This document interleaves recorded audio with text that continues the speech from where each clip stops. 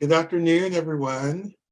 Thank you for joining the Southwest Center for Human Relations Studies at the University of Oklahoma in Norman, Oklahoma. My name is Dedrick Perkins. I am the Senior Program Coordinator. I'm very delighted to welcome all of you and be your host this afternoon. Our hope here at the Southwest Center is that we continue the conference tradition of working to improve racial, ethnic, and intercultural relations on college campuses and community organizations by providing virtual learning with opportunities like this one. For those of you joining us for the first time, NCORE has monthly webinars on the first and last Wednesday of each month, with the occasional exceptions like holidays. Some of the webinars are free, and all others are offered at a modest fee of $25. Our next webinar is Look Up in the Sky. It's a bird, it's a plane. No, it's an undocumented immigrant. Superheroes and social justice, exploring social justice themes in superhero comics. It will be presented on February 22nd, 2023 by Emmanuel Magana. Please visit our website for a full list of webinars for this season. So before we get started, I would like to go over a few housekeeping items. 1, if you need to utilize closed captioning, make sure your settings are set to on. 2, always remain muted unless you are requested to unmute. 3, we ask that your background has no moving images or flashing lights. 5, please report any specific tech, accessibility, or any other operational concerns via direct message to me, Dedrick Perkins, the host. Also, please save your questions until the question and answer portion of this session. We will use the raise your hand feature to facilitate those questions. Now, help me welcome today's presenter, Dr. Darrell Brooks from Love and Justice Consulting. Thank you so much, Cedric, for the beautiful welcome. And I am super excited to be here. I see some folks that I know. So, hey, Kathy, it's good to have you in the space. So I'm going to share my screen so that we can go ahead and get started. So welcome to Developing a Critical Theory of Love, a framework for educating for social justice.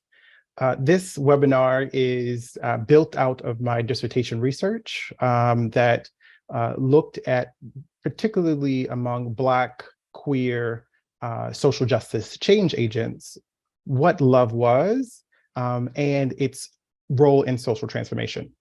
And so I will be telling you stories about that and sharing insights from that project, but then also the many years of facilitating and being alongside other people doing this really, really important work. I do want to take a moment to acknowledge the land that I am on. I am on the ancestral lands of the Lumbee and the Piscataway peoples here in Baltimore, Maryland. We pay respect to the Lumbee and the Piscataway peoples, both past, present, and future, and their continuing presence in the homeland and throughout the diaspora. And I will also say that one of the many things that I have learned more and more recently is that just right around the corner, there is a thriving Lumbee people, and they are there reclaiming their language and reclaiming their land. And one of my friends told me that anytime, Darrell, you go out and do this work and you acknowledge us, tell people that we are still here. And I just want to take a moment to honor and acknowledge their persistence, even in the spite of ongoing systemic erasure. And I will also take one more moment of reflection and pause to acknowledge the very difficult and challenging history of Baltimore and the existence of what we like to talk about as multiple truths. And so if anyone is aware about Baltimore, it is one of the places that had one of the largest free Black populations, while also right at our inner harbor, there were enslavement pens where African Americans and Africans were stolen and sold into deep state slavery. And so I just want to take a moment to acknowledge them, the folks who have lost their lives and those who preserved, that gave me an opportunity to be here today before you. Thank you.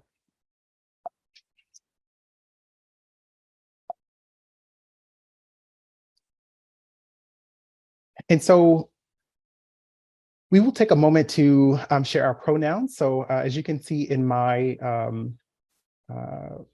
little window, I have he, him, his there. So if you would like to take a moment to update your pronouns inside of Zoom, here are the instructions for you. You can do that either temporarily or permanently make that change. And so we'll give this a moment so that folks can update their pronouns inside of the system. Okay, thank you. And so that's me. Recently, I got a camera and I decided to take my own headshot. So hopefully y'all like it. I'm in my basement. And so I hail from Baltimore. My organization is called Love and Justice Consulting, which is really taken from my dissertation research. And what we do is provide organization and leaders with development opportunities, particularly around social justice, diversity, equity, and inclusion, to really increase their capacity to effectively and authentically engage difference. As you see up there, I am a proud W.K. Kellogg Foundation alumni, where we got a chance to spend tons of time thinking deeply about racial justice and racial healing, and what does that begin to look like for children and families across the country and across the globe. And lastly, which I'll be talking a lot more about today, but you can read the article there. It's called Reconceptualizing Love, Moving Towards a Critical Theory of Love and Education for Social Justice, published by the Journal of Critical Thought and Practice. So whatever we don't get to today, you can just read it inside of that article. So the flow for our time together. So we finished our welcomes and introductions. I'm going to provide some context and framing around sort of why love and why it matters.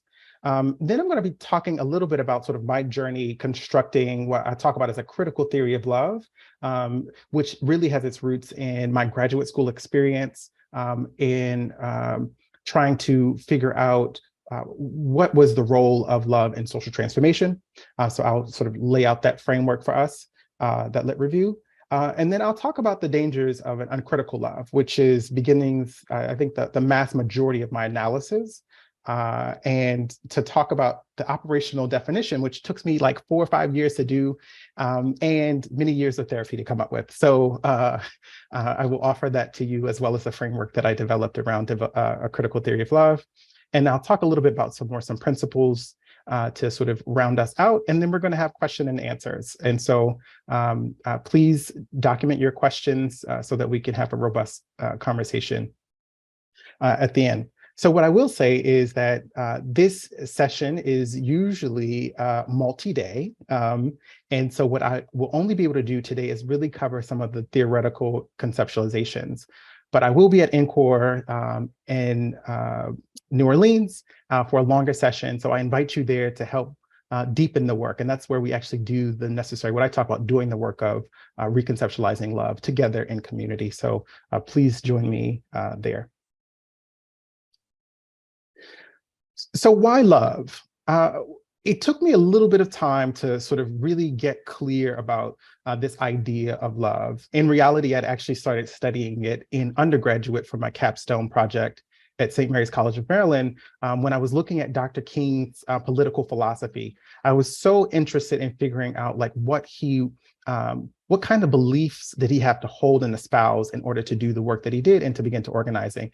And I actually wrote my capstone project, which is I only realizing in the last couple of years that I've actually been trying to grapple with this question of love, and particularly in the context of social and political change work since my undergrad years. So over probably like 15, 16 years, I'm dating myself a little bit. But anyway, so this is what I came up with, and sort of what I found is that for me, the conversation around sort of love, it's actually a core aspect of our human experience, and it's actually necessary for our health and well-being. Folks who feel loved experience greater degrees of satisfaction, lower stress levels, and have a great deal of support to help them manage and navigate this thing called life. In addition to that, this construct of love is a major socializing framework that impacts our relations of power, or rather how we sort of relate to one another, whether that's around our race, our gender, our sexuality, our class, via the social scripts, the forms of socialization that occur either within our cultural spaces, our religious spaces, or the other institutions in which we are a part of. And so it looks like I missed the point, but essentially what that begins to say is like how we engage, connect, and relate to one another in the context of the work. In addition to that, the construct of love is a major social organizing phenomenon, especially in its most easily able to be seen when we think about gender roles. It governs who can be friends, under what conditions. It organizes whole families and whole communities. Specifically when I think about men and straight men and other queer men, and sort of like there's a taboo around us even actually being able to be in relationship with one another that is platonic and just nurturing, and yet that's seen as taboo. So that is a way in which this idea of love and really begins to impact governs our friendships and our relationships writ large. And as I think is very clear as day, also around labor. So the construct of love absolutely impacts folks disproportionately by providing some folks access to certain professions and others. So if I asked you sort of traditionally who would have access to things like C-suite positions, most folks would say men. That's changing a little bit in this country, but we still have a lot of work to do. And then it also begins to constitute what actual real work is. And I think a part of that is really clear in the work that we also do with a colleague, Ale, around men and cisgender men and masculine folks doing emotional labor. And so there's a belief and a pervasiveness that in our culture that men are supposed to be protectors, and femme and femme-identified folks are supposed to do the emotional work, the nurturing, the caring, the holding, and navigating so many complexities with grace and all these other expectations. And I'd say lastly, and sort of most importantly for this work and my work specifically, is that in the context of the fact that we have an absence of a political discourse on love in this country is very, very telling. And what's become clear to me that this idea of love is so important because it ascribes and it confers value socially and culturally. It not only designates who matters, and it either creates or substantiates a hierarchy of disposability.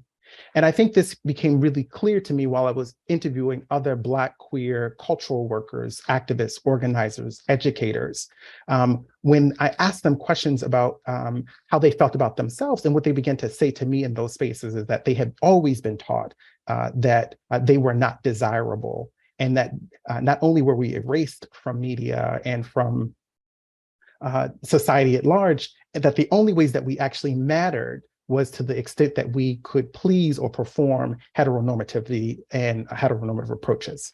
And so in order to not be disposable, we had to perform and feign and create lies in order to survive in the society. So that's what I mean by that. And then ultimately it determines to what degree, and I think this is really important for our social action work, someone or something will act on your behalf.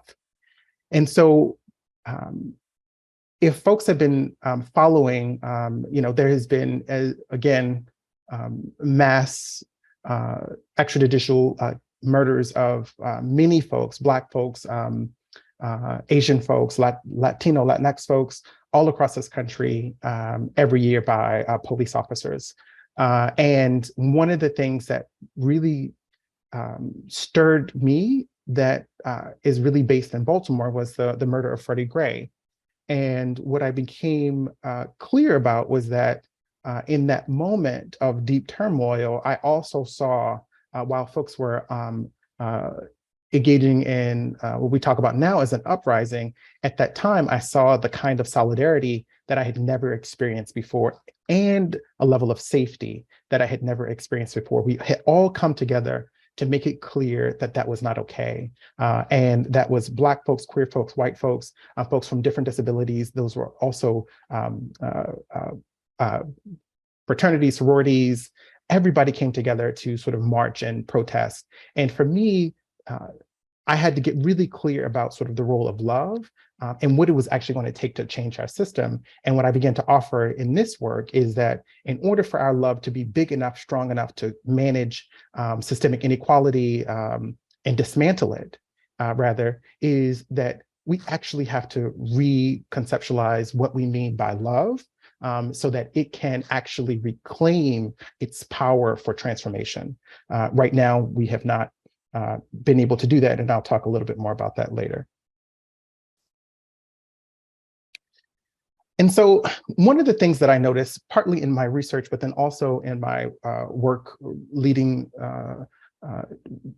intimate partner violence prevention efforts, is that in the absence of a robust, clearly articulated definition of love, people often operated with the expectation that if anything is happening under the context of a love in their relationships, that it must be so. And what I realized is that that actually is what I talk about as an ideological vulnerability. The fact that we struggle, if I asked you right now, give me your definition of love. What's your definition? And if you were like me, I often struggled because the only images that came to mind were Disney fairy tales. It was me wanting to be Ariel and wanting to be rescued and become a Prince Eric's world, right? And to leave my whole family under the sea. Like the only narratives that I could conjure when I was even trying to do my own work around discovering love was that those images. And that's when I knew that if that was the only thing that was operating in my mind at the time, that meant that I didn't have a robust definition of love, nor did I have the level of defenses to know and to discern when I was actually in a loving relationship. And that's not romantic, that's just in life. I didn't know when to leave. And so the question that I ask of everyone in my sessions and also for you all today is like, when I think about why this matters, it's like, what do you do when you love something and it doesn't love you back? Now, I can't answer that question for you, but I know for me that brought really great clarity. And the work of trying to discover what it means to be in a system that constantly doesn't love us and it shows us over and over again. I believe it's in the reclaiming of our agency and our choice to figure out what we're going to do. And I think for me, that's what liberation begins to look like. And that's really me calling on Dr. Barbara Love's work, which she talks about what it means to be a liberation worker, which is to be able to show up and behave and act not on the basis of our socialization, but with intention and action. And so for me, this matters because I get to choose. And when I choose, I'm reclaiming my power and my agency in this work. And so I have a few thoughts that if love is going to be the intervention that everybody talks about it's supposed to be, then it must be defined and it has to be operationalized.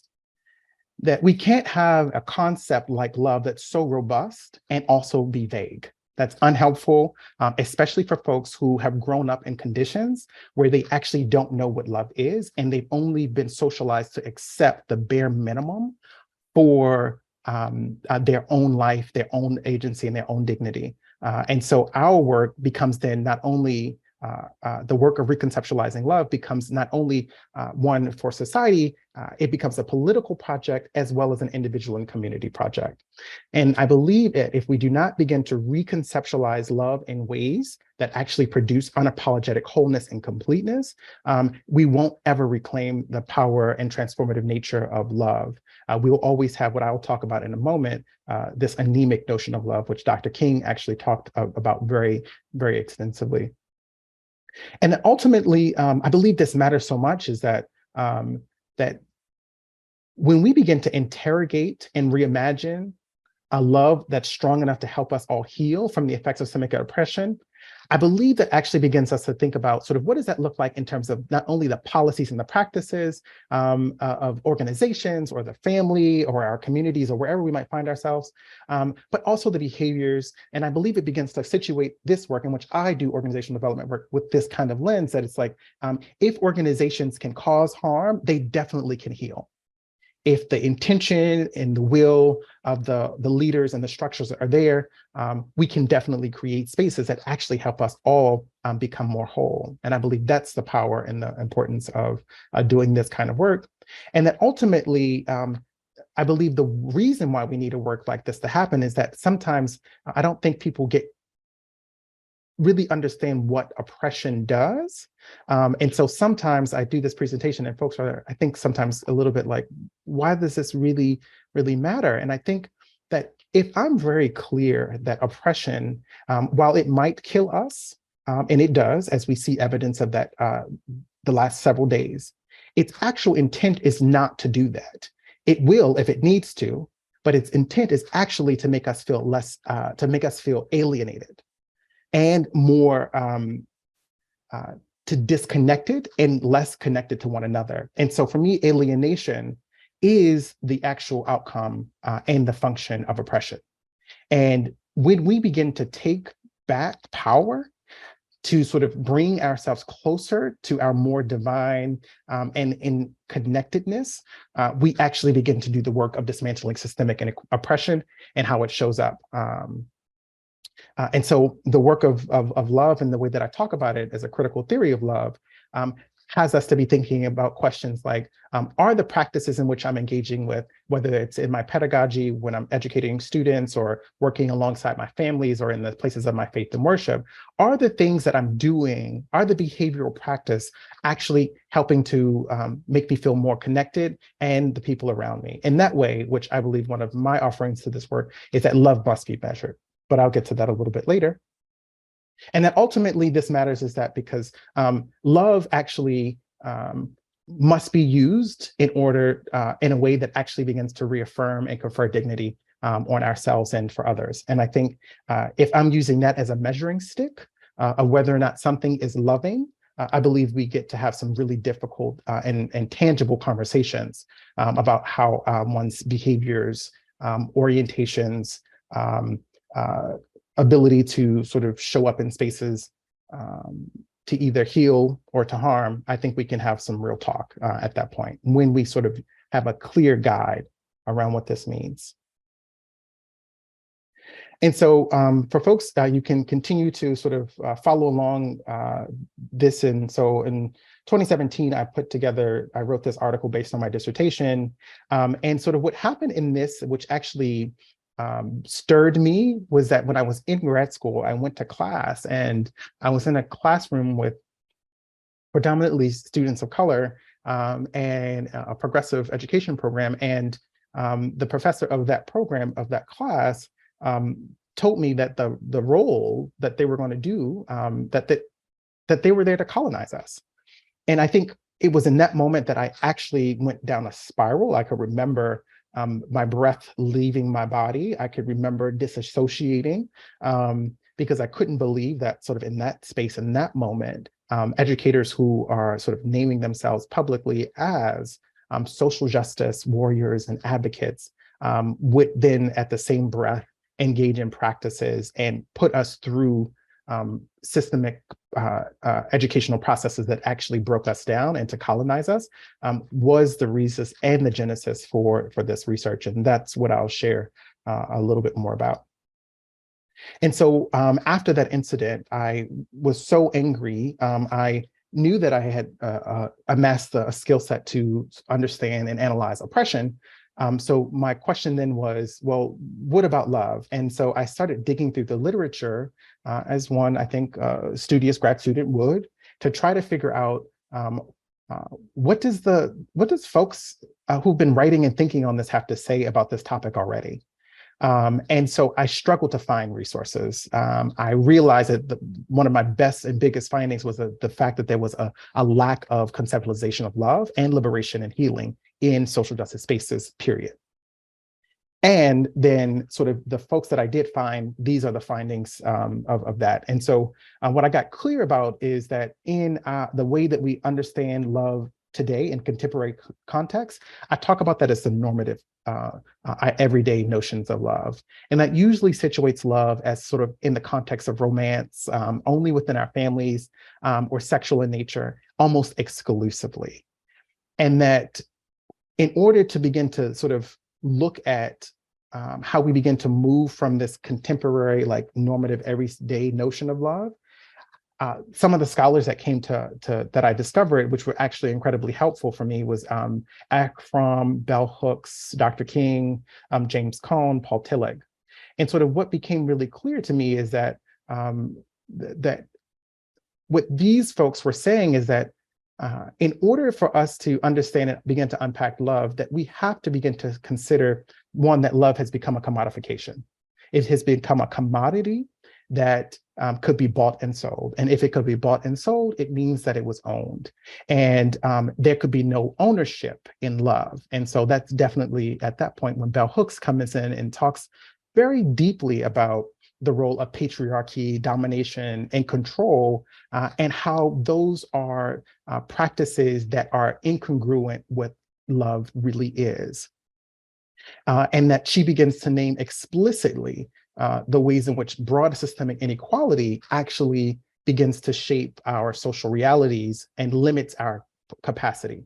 And she talks about the violence and the ongoing systemic issues of racism, patriarchy, and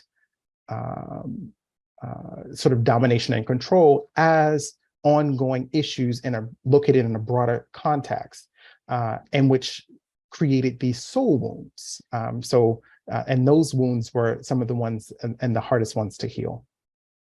And of course, Dr. King had talked about a love that does justice, and was very clear about the ways in which at that time folks were their conceptualization of love was anemic, that it was insufficient. It was producing what he talked about as sort of just white liberals who wouldn't move to action on behalf of the needs of Black folks, but they would either feign support, but never would actually take to the streets and to organize to ensure that everybody's life mattered and that it valued. And then, of course, folks like James Cone, who gave us liberation theology, was very clear that God had to be on the side of the oppressed, and that, like anything that would have it to be that if you needed an example, if you needed scriptural reference, like the point of liberation was that sort of in his particular doctrine was that Christ, God, was the purpose and the function of Jesus was to actually liberate us. And so I was able to sort of lean into his liberation theology very, very specifically and intentionally for this work. And then ultimately, Paul Tillich, who wrote a book, it's called Love, Power, and Justice, begins to sort of do that same work, which is how to begin to think about love and justice from the philosophical perspective and the ontological ones as well. And so ultimately, so when I talk about a critical theory of love, what became clear to me is that the role of a critical theory of love, particularly in our efforts today, and as we think about our social justice efforts, is to unmask power. We cannot let power go unchecked and unnoticed in this work, and that this normative contemporary definition or understanding of love was not innocent. And I said it actually served as a hegemony, and it functioned as an ideology because it actually began to leave us incapable of visioning and dreaming beyond our circumstance. And so that when we didn't have a conceptualization of love that was robust and rich, like Dr. King or Bell Hooks talked about, or Paul Tillich or James Cone, that we were actually allowing love to become and be used as a tool of manipulation and exploitation. Because this everyday notion, this normative notion of love is definitely steeped in colonization, patriarchy, white supremacy, and racism, heterosexism, et cetera. That if you just begin to look at the fact that many of us can't even conjure ideas of what radical healing love looks like, and that the fact that we keep getting Disney fairy tales coming up is an indicator that the work of reconceptualizing love is not only necessary, but if we don't check it, we will only be able to reproduce the same types of dynamics over and over and over again. And so what I started to do is to dig a little bit more, and I wanted to just kind of name, like, what do I mean by allowing the need, one, to make love the topic of our conversation, to reconceptualize it, and then to sort of situate it in this way. And so for me, I became really clear that when we don't question this everyday notion of love, this uncritical love is actually dangerous, because it actually perpetuates white supremacy. And this is what I mean by that. It actually begins to make us choose our head and reason at the expense of our bodies and emotions. It talks a lot about our individual and community. It tells us that our individual love is more important than our community love or our community wholeness. It says that, oh, you know what? To be loved and lovable, you have to keep producing. That's just capitalism, right? Productivity at all cost. Folks not being able to go on vacation, or even some folks don't even have vacation or sick leave. And yet we have to keep working. Like, that's the danger of an uncritical love, for sure. And that ultimately, it also begins to perpetuate white supremacy by making it a process of dehumanization. The fact that I don't know, and I did not know as a Black queer person what good love meant. It meant that I accepted anything, and that in that process of accepting anything, I actually made myself an object, which I'll talk about on the other slide. And that ultimately, the way that it also begins to perpetuate white supremacy is through domination and control over mutuality and consent. And so if we look at just the everyday notions about how men and women are supposed to show up and sort of how they're supposed to love each other, you start to find these dynamics showing up in that very normative everyday notion of love. And that I wanted to really kind of like pull out that dehumanization piece and really call attention to that, and to talk about the effects of that when I talk about an uncritical love. And I think it shows up in some of these ways. And so this is not an exhaustive list, but I think it is substantial. That when we begin to think about the effects of not having a love that's robust, clearly defined and articulated, that's built on our wholeness and healing, we get to see things like this. That for folks who've been told to love, or what they've been taught about it, is that they need to sacrifice themselves. You might see that in your family, always choosing them. I know that's very clearly articulated when I'm working with folks who are parents, moms, caregivers, that they're always choosing other people and other things at the expense of themselves. And I think that's really tied to when we don't question this idea of love, this normative notion. That it also sort of shows up as disempowerment.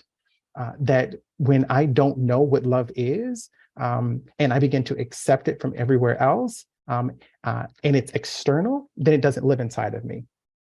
And if it doesn't live inside of me, I'm constantly struggling to find what it means in somebody else, or some activity, or some new job, or some new opportunity, when in reality, I don't feel that in myself. And that's really, I think, a fundamental way in which we begin to sort of internalize that and sort of have that be a part of our own disempowerment.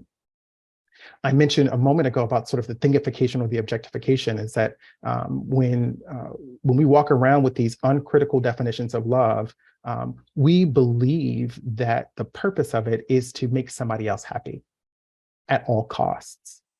And in that process, we begin to objectify ourselves and make things of our own feelings, mostly often through silencing and losing of our voice and our sense of self-worth and self-agency, in order to preserve what we believe love is. And I believe that's probably one of the most significant dangers that's up and resonating with me in this moment.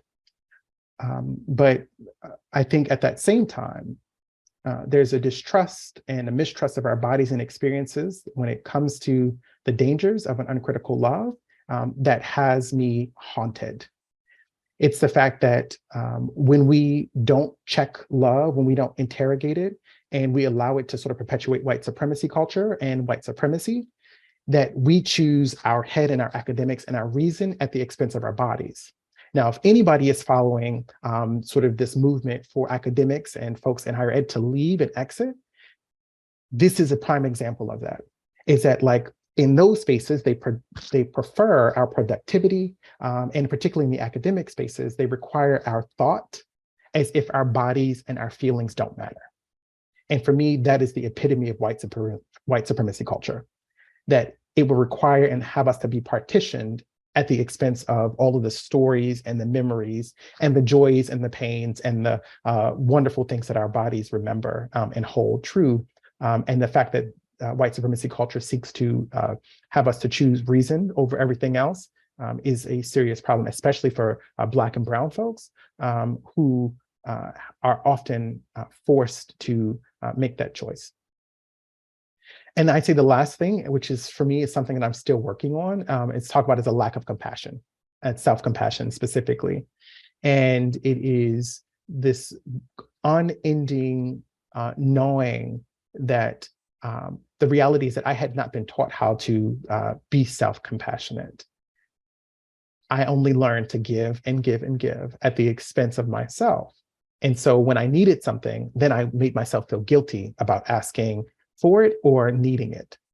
And then if I wasn't clear, if I didn't have a strong and framework around sort of what's going on, then I actually might be in a situation where I'm bringing up my needs to someone and they begin to gaslight me. And I believe it's true, that I begin to doubt everything about me, my body, my experience, and that all is tied up into this lack of a real, robust, critical definition of love. The fact that we can't have and engage in self-compassion is, I think, one of the most significant. I keep saying that, but I think all of these things are significant, but it's when we're thinking about doing justice and healing work, we can't do that well if we have not taken care of our own bodies and engaging in our own practice of self-compassion. And so what I'm offering to you as we sort of move through sort of that lit review is that this. After many years, this is what it took me, like 4.5 years for my dissertation research. And like I said before, tons of therapy, which was that if, in my mind, a definition of a critical theory of love that really centers intersectional justice, that it's this. It is, love is the will, the capacity, and the courage to nourish and affirm oneself, another, and community toward unapologetic wholeness and completeness. And that anytime I'm thinking about whether or not in measuring to degree of which I think something is love, I begin to ask myself, is the thing, is the behavior, is the action affirming myself? Is it affirming another person or my community toward unapologetic wholeness and completeness? If it is, great. And if it's not, it's an opportunity to be in dialogue about myself, what congruence means, and my ability to sort of build and connect when I have, and ultimately repair harm if I've done that with my colleagues or my friends or my family. And I believe that the purpose of love is at least twofold. That one, its primary purpose is to help us resist erasure and dehumanization. And that two, it facilitates our healing and liberation. And that if I'm thinking about a critical theory of love, that's what it should be doing. If you're in a situation or space in a relationship that it's not helping you resist erasure or dehumanization, I think that creates an opportunity for you to engage what's going on, and then to begin to measure it for yourself to the degree at which you want to stay in that space. And then I'd also be sort of really important is to think about, okay, so I might be in a space that is helping me resist erasure and dehumanization, but it's actually not helping me to heal or make me feel more free. And I think together we get to see something where we get the actualization of our true, real liberation, not only in the sort of broadest social senses, but at our core as humans, human beings walking this planet as folks who I believe deeply are called to sort of deeper connections and relationships. And so I put together a framework because that's what academics do, or at least some of us when we're forced to. So when I started thinking about sort of a love that resists erasure and dehumanization, this is what I came up with. And when I thought about a love that needed to be critical enough to be able to do the things that I needed to do in terms of reaffirming my identity and cultural practices, as well as moving our culture forward, one, that it has to affirm our individual social and cultural identities and our full personhood. That a love that helps us resist erasure and dehumanization, or what I talk about as a critical theory of love, would need to understand the historical and the contemporary context in which they exist, and they being the identities. There is no way that you can love me without understanding that the parts of me that are being targeted and maligned and erased, that you would somehow be able to help me navigate through those things and help bring about my healing. If you don't understand how my queerness matters, how my race matters, how my sex or gender identity matters in those moments. Love needs to, and particularly this kind of love, needs to understand the historical and contemporary context in which we exist and our identities. That it also has to understand how power and systemic oppression dehumanizes and traumatizes. One of the biggest things the biggest challenges is working with folks who don't quite understand that when we talk about racism or homophobia or heteronormativity, we're not just naming the systems, we're naming the impact that it has on our ability to thrive. That has material consequences, showing up as stress, our irritability, our inability to actually find joy in the sweetest, most smallest moments of our lives. And so it's, or on the more extreme, like not even being able to feed ourselves. And so it becomes really important for folks to love in a way that is centering power and have a strong analysis of inequality so that we can love in context. That it would need to also do this. It also need to center our experience, and it would have to begin to think about how do we actually co-create humanizing practices that heal and restore. And I think I wanted to be clear in that one is that it's not you getting to decide for someone else. It is a co-creation. And that sort of what I talk about in another piece is around sort of that love in this kind of way, a critical theory of love is mutually constituting. That it's not love if we don't both agree to it. Now, you might say it's loving, and if I'm telling you it's not, then it isn't. Let's work together to figure out how whatever practice or approach can actually work for both of us so that we can both be in agreement about what love is and that we both felt heard, firm, valued, and supported in that interaction. And so that's why it becomes really important for the co-creation of our humanizing practices. And what became really clear to me as well is that we needed to actually start teaching embodied knowledge. And one of the things that I got clear about that there's no way to interrupt white supremacy, oppression, until we teach the body and teach through the body. That until the body is as important as the mind in this culture and has sort of held up as a whole human with feelings, emotions that don't just rely on our brains, but actually live in the sinews of our flesh and our bone that's holding us all together as human beings. All of that holds memory. And if folks need to look at that, they just have to read The Body Keeps the Score in terms of trauma and its impact on our bodies. And so our bodies actually teach us things. So we have to be able to start teaching embodied knowledge. And that ultimately, which I believe is one of the most important contributions, is that love has to be measurable. It's not a fairy tale, it's not whimsical. You might get butterflies, yes, but at the end of the day, we need to measure our practices at how effective they are at helping to stem oppression and to create wholeness and completeness.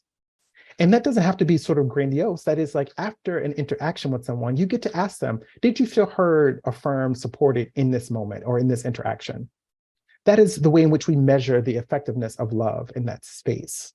And it's, I could give you a 5, 10-point scale and sort of to develop a construct around that, but it's really in the day-to-day practices where we get the information necessary to see if the way that we're showing up is one, being received in the way that we believe it is, and then two, if it is, we get to create more opportunities to do that. And if it's not, we get to be in real meaningful dialogue about how things might need to shift and change to make sure that we both benefit, or we all benefit from those spaces.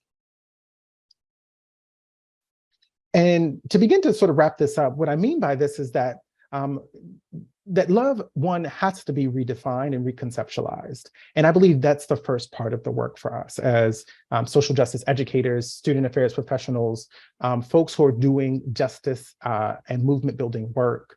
That love has to be embodied, right? That it has to begin to live in our being in a way that it is not something that we have to draw from, take a long time. It just becomes a part of who we are. And that ultimately love has to be performed. And I believe, I want to say that love and that embodied piece is that I believe that's an invitation for us to really think about how well we're loving ourselves. And I invite us to be thinking about that as we wrap this up and to think about steps that we might need to take to do that better. And then that ultimately love has to be performed, right? So you've redefined it, you've believed it, you embodied this new way of being and thinking about how we relate to one another. That now we actually begin to perform love more externally. We begin to show up with the tools and the practices and the resources that help us heal.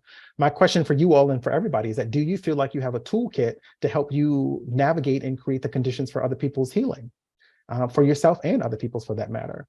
And that's a robust conversation in and of itself. That love also has to be holistic. So it has to include our mind, body, spirit, soul, all of that. And that ultimately love has to be measured. Because if it's not measured and not some sort of overly academic way or stats and all those pieces, that if love isn't measured, people won't know how to leave, or we won't have enough information to be able to shift or change their behavior. And I'll say one thing about this to bring it home. I was doing my interviews and I was talking with someone about the role of love in social transformation, but they naturally veered into what love meant for them personally. And what she told me was that, Darrell, love had to be measured because if it wasn't, I didn't know when it was an appropriate time to relieve my abusive relationship. And that's where that pillar became more prominent for me, is that if love isn't measured, we won't know when to leave. We won't know if the things that we're doing or the behaviors that we're taking are actually creating greater opportunities for our own emotional wellness and healing or not. And so for me, I believe in this movement building work and social justice work, we have to spend more time thinking about love as being measurable and not just some whimsical Disney fairy tale. So I want to leave you with a few principles of a critical theory of love. I believe that love, one of those pillars that came out of the conversations with those folks, is that love has to be about self-work in service of self-discovery and affirmation. And that looks like creating and taking up space, developing practices of self-compassion. Folks thought about love as a sacred covenant. So that's not necessarily in the sense of a religious tradition, but the fact that they had a different orientation, that all life was inherently worthy, and that dignity and deserving of dignity and value of all. And that's how they kept love as a sacred covenant. Folks often talk about unconditional love. What was clear for those folks and for me and the way that I do my work is that it's not unconditional love. It's actually love with boundaries. And particularly when you begin to understand the conditions of Black queer folks and folks who might be historically marginalized, that we have to begin to maintain our own agency while we're in relationship with others so we don't lose ourselves. Everyone's always asking us to become small, to become something else in service of them. And we have to be able to be shored up in our decision to not do that. So love has to, of course, have an anti-oppression and liberatory practice. And what I mean by that, it has to have an analysis of power, not only to reclaim it for ourselves, but to also use it for our healing. And that love is about an individual, and it has to be about communal regenerative practices. The types of rituals that honor life, honor our legacy, to honor our histories, and honor our growth, our change and our transformation, both at the individual and communal levels. And that is a constant regenerative practice that we begin to lean into. Lastly, just a few things. just to bring it home, I think a part of the reconceptualization is that I'm helping to remind folks that love does not harm. It does not require you to become small. It doesn't require you to minimize yourself. That love, this particularly critical theory of love, is to act in ways that actually forces you. It would never act in ways that ask you to lose yourself in the process. But instead, it should help us resist oppression and dehumanization, as I talked about. It should help us nourish and encourage us for our own growth and development. And it should help us heal and prepare us to create spaces and practices to heal others as we heal ourselves, and to help others heal themselves. And so I think there's this beautiful sort of recursive experience where we get to sort of start doing our work, and then in the process of doing and becoming, we're helping others to become, and then we all become something greater together. And I believe that's one of the beautiful pieces of critical theory of love. And so for folks who are wanting to sort of deepen their own resource, they love resource library, here are some of the articles that and books that have been foundational in the formation of my work on a critical theory of love. Specifically, I guess Bell Hooks isn't on this one. She must have been on the next slide. Bell Hooks, All About Love, Eric Fromm, The Art of Loving, of course, Frary, Education, Domestication, or Liberation. All of these have been foundational for me to understand the relationship between love and power, and the fact that they have to be together in order to create justice and social change. And so as I wanted to say thank you so much for listening and sort of being here with me, I wanted to make sure we left some time, so I had to buzz past those last two slides, but to really create some space for us to ask and answer any questions that you might have. And this is a way to stay connected.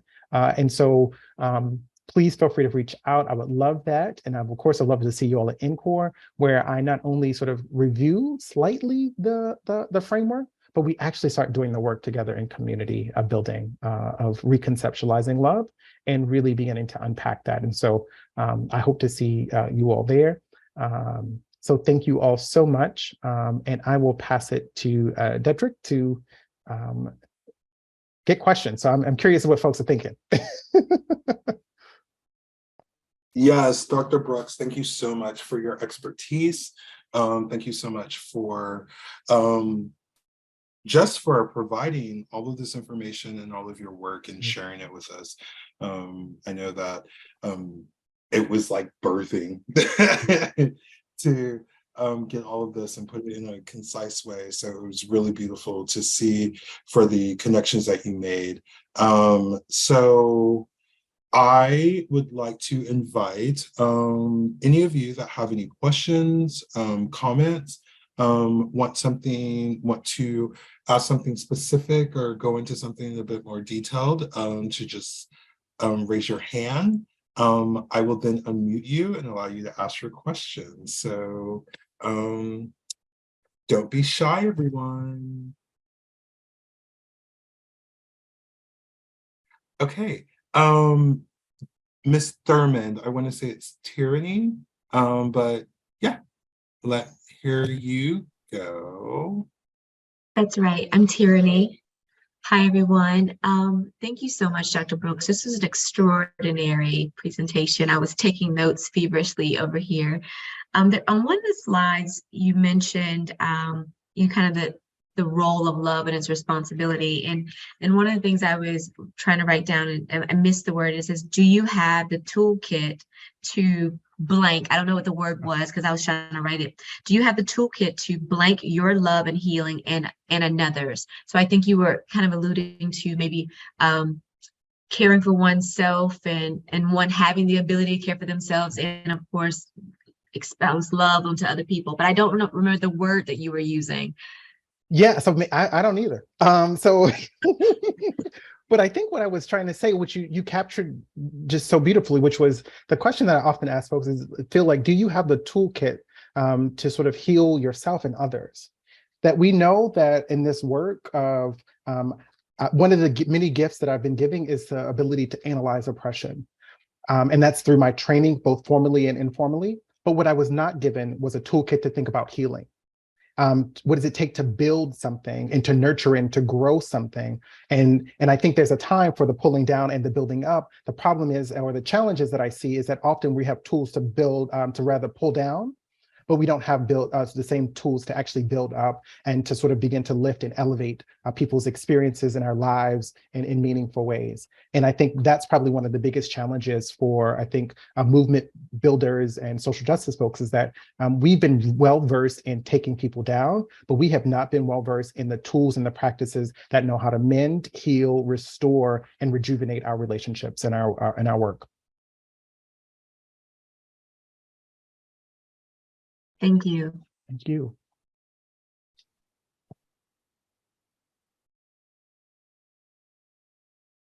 Anyone else? Okay, Cynthia, go ahead. Hi. Thanks for this. It's really making me think about a whole bunch of different connections. I am a psychology professor, and I also was trained as a counselor. And so when you said, do you have the tools to help heal yourself and others? I thought, wow, I do, that's lucky kind of thing. And then I also really love your emphasis on the body, because it's so true that in academia, we don't think about the body, how things are resonating in the body. So I really like, kind of the reminders, like it reminds me of Resmaa Menakem. Is that how you say his name? And also thinking about like Martin Luther King and the idea of the beloved community, that a lot of times we don't really think, I don't think about the idea of the beloved community necessarily while I'm doing social justice. Well, I'm trying to learn more about social justice or do something for social justice. So I really appreciate you kind of bringing, all these, I guess, kind of disparate elements into a whole. Thank you. Thank you for that. Yeah, I appreciate that. Yeah, my grandmother's hands. Yes. Mm-hmm. Yep. Yeah. Yes. Oh. Other questions? I'm actually curious. Like I'm here for everything from like I like that to like nah, bro. I don't know what you meant. This ain't any questions. Like, like I think for me, like the beauty of this is that the work keeps growing and evolving. So this is really, really helpful feedback and context. Yeah. Okay. We'll go to Dana. First off, Dr. Brooks, I just want to thank you because I actually defended my dissertation in August, and your work was just, I guess, inspiring and life-changing. And I was really excited to join this conversation and learn some more from you. So just first off, my gratitude. I guess one question that I think about, I am a library director in a profession that is overwhelmingly white. And when I think about love, it can get tied up, I think, with kind of white savior, vocational awe, and all that as well. So I mean, just going through your words, how do we make sure that, I guess, our practice of love is not selfish and just for our kind of white savior mess, self-gratification, the performative cookie, and making sure that we really interrogate kind of our motivations and our understanding of not what we think people need, but listening to. Yeah, thank you, and congratulations. I think a part of this work and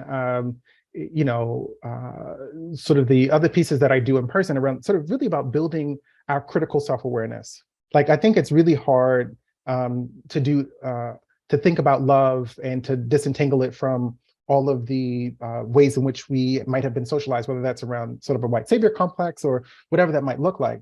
But I do think what becomes really, really important is the invitation, and that I try to focus on a set of behavioral practices, and I try to help folks think through to what degree does that particular behavior create the conditions for mutual success or growth and nourishment? And I think to some degree, like, I think by doing my own work on and sort of doing this, I'm actually the part of it that feels selfish. It's okay, because a part of it is like, I'm doing this trying to actually understand who I am and what I am and what I can offer. I think where I would sort of invite us to think about, like, at that moment, is that are our practices actually creating the types of responses that folks leave our presence feeling more capable, more resilient, more loving, more aspired, more inspired, and so forth?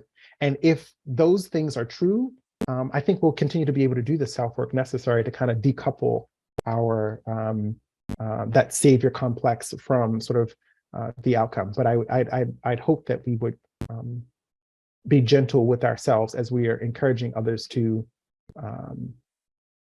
reevaluate their why and their behavioral practices.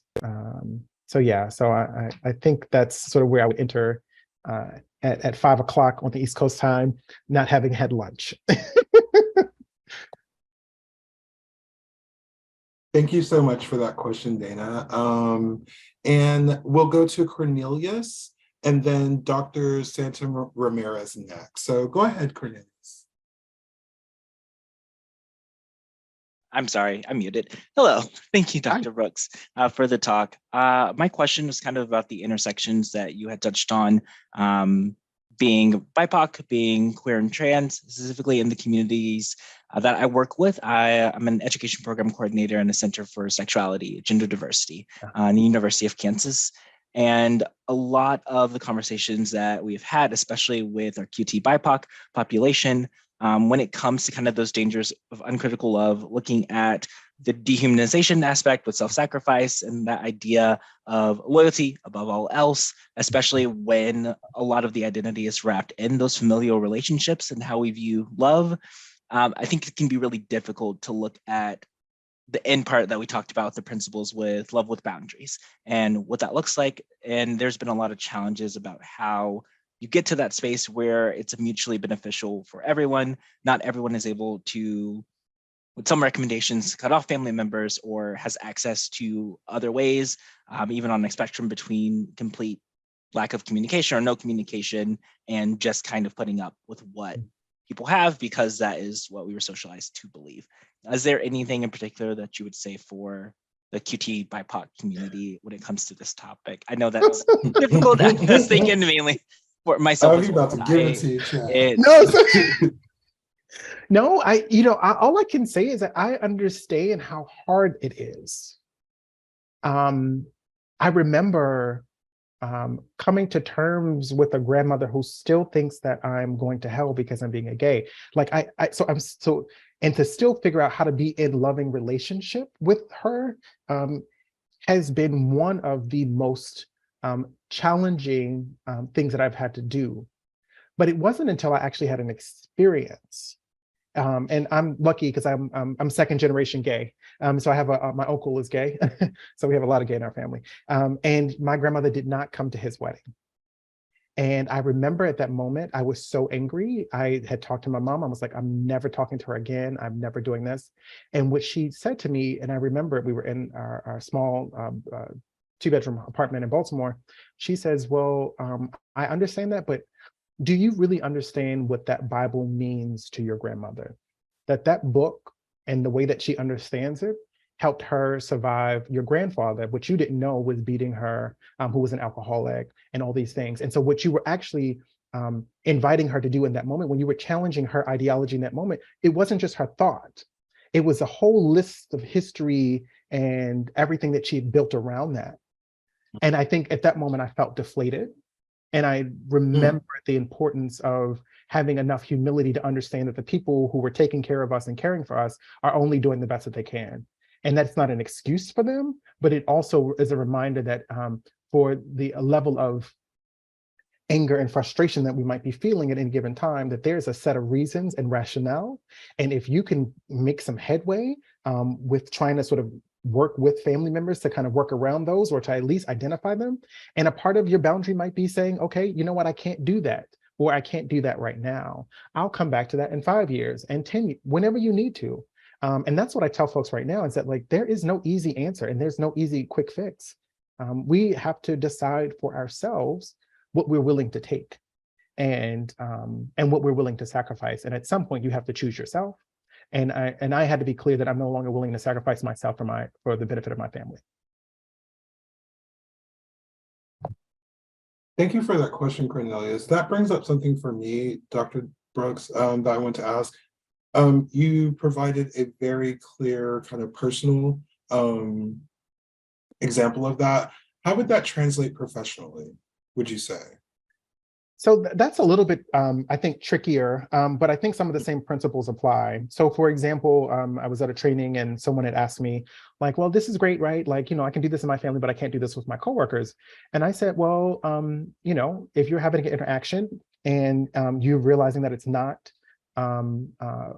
beneficial, one, the question becomes, is there a structure in place at the institution or on your team to actually get you the support that you need to help you have the conversations that you need in order to move through that conflict or that discord, and with having you both being intact? And that then, of course, we have to be attuned to power, because like if the person that you're having a conflict with is your supervisor and with positional authority, it might be even harder to be able to do that. And at the same time, it becomes really, really important to think about how you preserve and protect your peace, and to think about whether or not sort of the conditions are good enough for you to stay and preserve in that space or to leave. And I think sometimes a part of us not being taught really strong, clear understanding what love is, we don't actually know when to leave. We actually will stay too long in spaces that are not fulfilling and nourishing to us out of obligation or duty or responsibility, or the scripts that we have, that if we left, in less than 2 years, then we failed, or we didn't sort of do what we needed to do, or someone. And so I say that to say that, like, if you can't have a conversation with your colleagues with support, creating boundaries then around that would need some additional structural supports, whether that's management or some building out some policy and practices around that. Otherwise, you might be setting yourself up for more turmoil and more pain. But we can talk about that more offline. Yes. Well, thank you so much. Okay, Dr. Santa Ramirez, and then we'll go to Mandana. Hi, Dr. Brooks. My name is Stefan. Nice to meet you, I guess, and tell you that I really enjoyed your talk today. For the last few years, I've been engaging with your 2017 piece that you talked about today, and it's been a required reading for my master's and my PhD students. Yeah, so I got a lot of folks reading your good work, and I'm actually presenting a paper next month at a conference where I use this critical theory of love as a framework to engage in conversations around mentoring between Latinx faculty and Latinx graduate students. Anyway, so having this kind of a greater context, because I think some things you shared here you didn't share in your piece, because obviously we're limited in how much we can write. So hearing you speak about it was really powerful to me, and really puts additional context into how I'm going to engage more in these conversations and how I'm going to employ this framework more in my work. So anyway, thank you for that. It was mostly for me to give you a compliment and say hello to you, but a small question. You did mention in passing while you were talking, you said, "Oh, I wrote about this in another piece," but I really wanted to know what this other piece was that you were referring to. And if you could remember, and if you could share that with me, I would love to read that piece as well. Yeah, so please text me.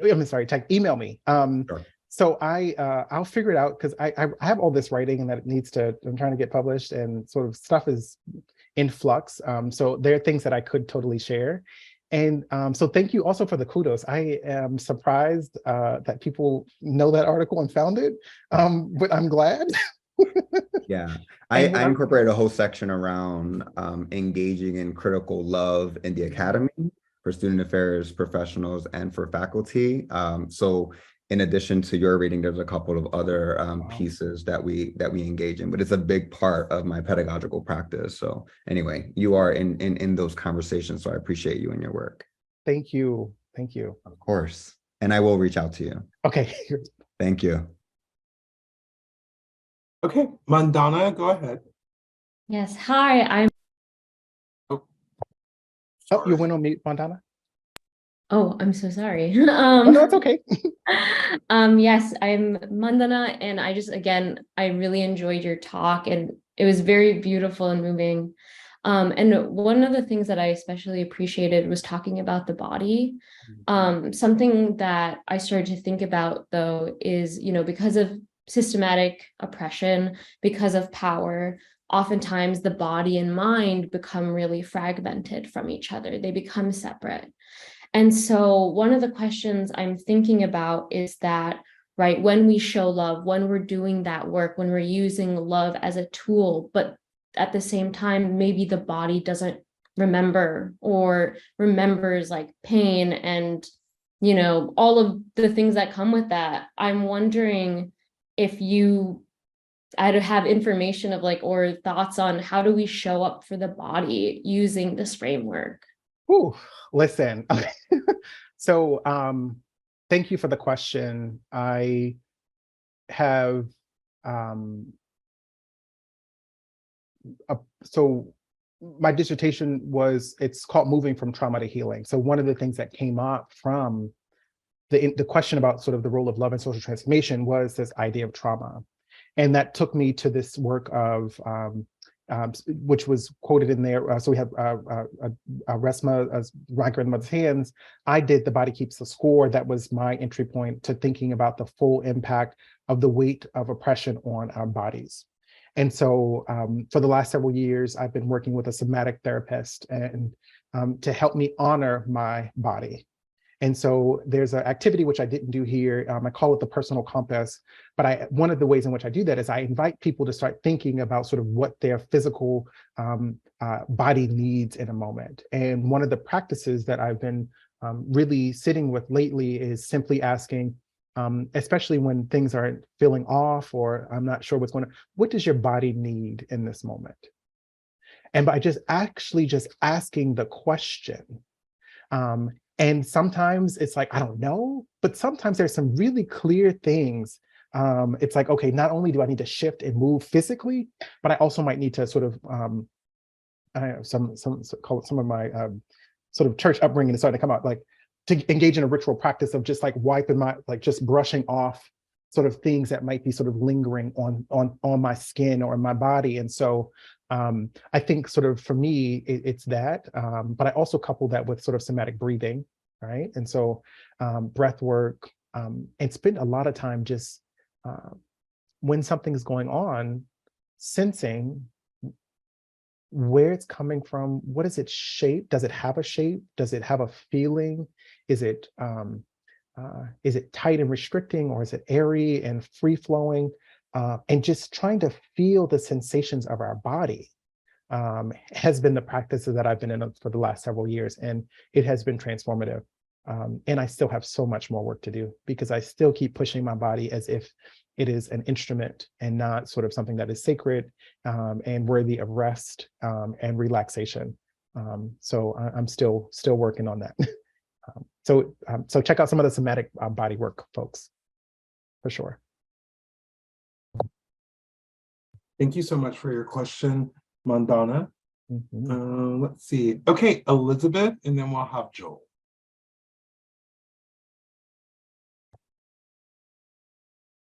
Oh no, Elizabeth disappeared. Oh, where'd you go, Elizabeth? Oh, there you go. Oh, I'm here. I'm here. Sorry. I didn't know if Dedrick was going to unmute me or if I was going to do that. So my bad. I'm here. Thank you so much, Dr. Brooks. I have a lot of thoughts or just prompting for a lot of things. So I really appreciate this. I was really looking forward to it. So my question sort of centers around sort of the balance between student-facing work and institutional-facing work as it relates to critical theory of love, especially at a time nationally and sometimes locally for individuals that diversity, equity, and inclusion or social justice work is sort of still fighting for legitimacy, funding, you name it, kind of. How can we as practitioners or student affairs or academic affairs individuals sort of find a balance between meeting students' needs in terms of meeting or embodying a critical theory of love when an institution or unit or department is kind of slower and lagging?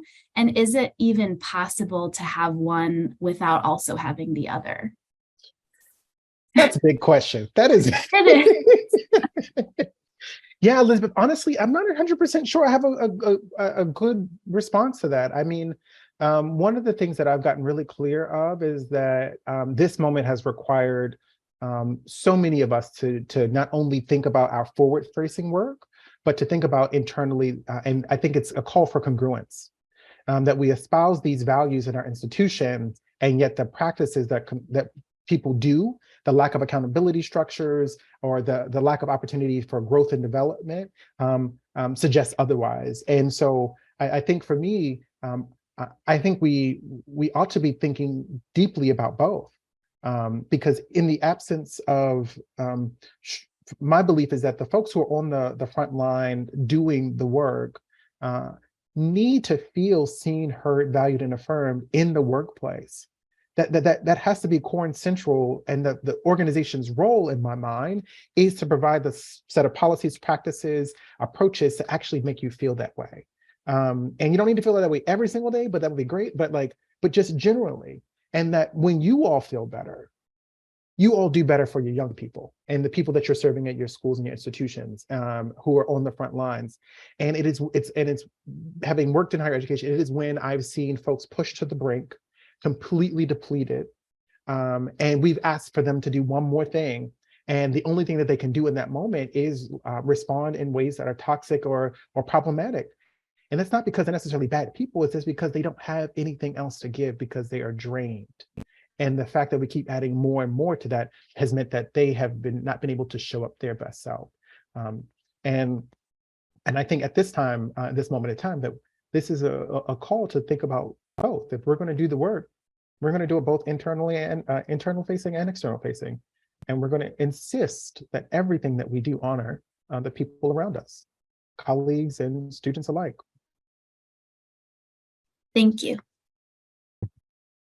Thank you, Elizabeth. When you were talking, Dr. Durrell, I just kept thinking, you can't break my soul.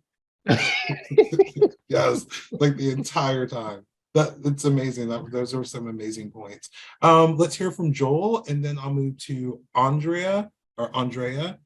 So go ahead, Joel.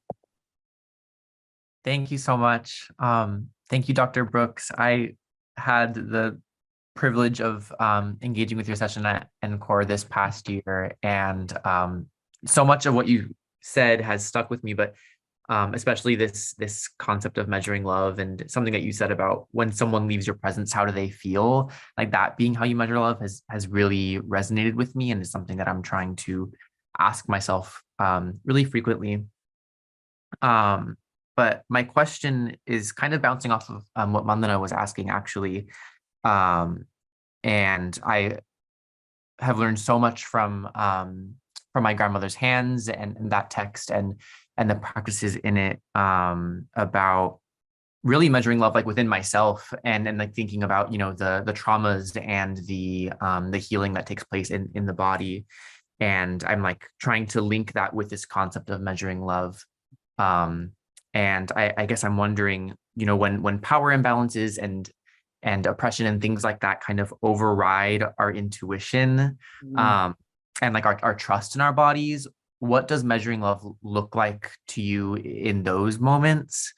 And especially because I feel like I find myself turning to reason, which you were just talking about being something that, you know, maybe we should be moving away from. And so how do we continue to measure love without becoming mathematical or reason-based, especially when our trust with our bodies maybe isn't there? Yeah. Wow. I think a part of so thank you for joining me. Hopefully I'll see you at NCORE again. But thank you for the question. I feel like one of the things that sort of sits with me is that I'm not inviting us to think about reason or the body. I would have us to do both. And that all of it makes us who and what we are. And so figuring out ways to honor that. So that's kind of the first piece. I think about sort of the ways in which I begin to measure love is, especially when I'm in situations and circumstances that are might be stretching me, is by the degree in which I feel like I still have control and agency over my decisions. And so there are ways and ways of being in spaces that sometimes I just react, and that is not in alignment with my values. And then I have to sort of, then I'd guilt myself and then shame myself and have to do, and sort of it would create a cycle. And so when I'm measuring, especially in really tense, did I keep my breath? Did I not lose my temper? Did I name the thing that is actually making me upset or irritable or angry in a way that honors me and the person that's in front of me? Like those become the ways in which I measure love, and especially when I'm sort of stressed out or dealing with a really hard, difficult thing. Thank you. Thank you, Joel. Great, thank you, Joel. Sorry, Andrea? Yeah, either is Andrea. good. Thank you. Okay. So, All right. Before we start, I just want to give a quick not breakdown, but time notice. We've got time for Andrea's question, and then we'll be closing up. If you have any other questions, Dr. Brooks has provided his contact information in the final slide, or you can just ask in the chat. So without further ado, go ahead, Andrea. All right, thank you. Thank you very much, Dr. Brooks, for your presentation. I had a question relating to the portrayal of romantic love. Some time ago, I was having a conversation with some friends, and we were talking about, I think it's Shaka Khan's song that has the line, "Love me now or I'll go crazy." And the conversation was about the way how Black romantic love is centered, portrayed in a different way. And I've always been intrigued by that idea. I have not pursued it academically as yet, but I wondered what thoughts you had about the portrayal of romance by creatives of color, whether it's, different cultural artifacts, books, movies, TV shows, and the portrayal of Black love versus sort of the more widely available portrayal of romance that we see with white people and created by white creatives. Is there a difference you see in that portrayal? Yeah, so honestly, that's not my area of work, right? And so I could give you anecdotes about sort of observations that I see, and of course they are present. But I think sort of the way that I begin to position this body of work deeply in the context of Black, Latinx, queer folks who are doing arts, creative-based work, healing work of all kinds, was that the construction of most love is based in heteronormativity. And so even if I tried to, I could easily critique sort of the construction of Black romance. But my point is that at the end of the day, what I'm interested in is trying to figure out how do we include and create space for folks like me who have been sort of historically marginalized out of any race from those narratives altogether, both as sort of when we look about and hold race as central, or whether we hold sort of white folks in that particular construction, or we talk about sort of Black romance in this space. And so my invitation for you would be to kind of keep looking into that and sort of keep exploring, because at the end of the day, I do think that they all have political implications. All right. Thank you very much. Mhm.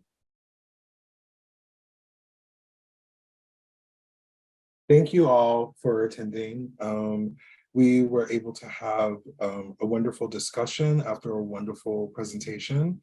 So hopefully we'll see you guys in a few weeks on February 22nd. So enjoy the rest of your day and have a good week. Thank you all so much. I appreciate you. Thank you.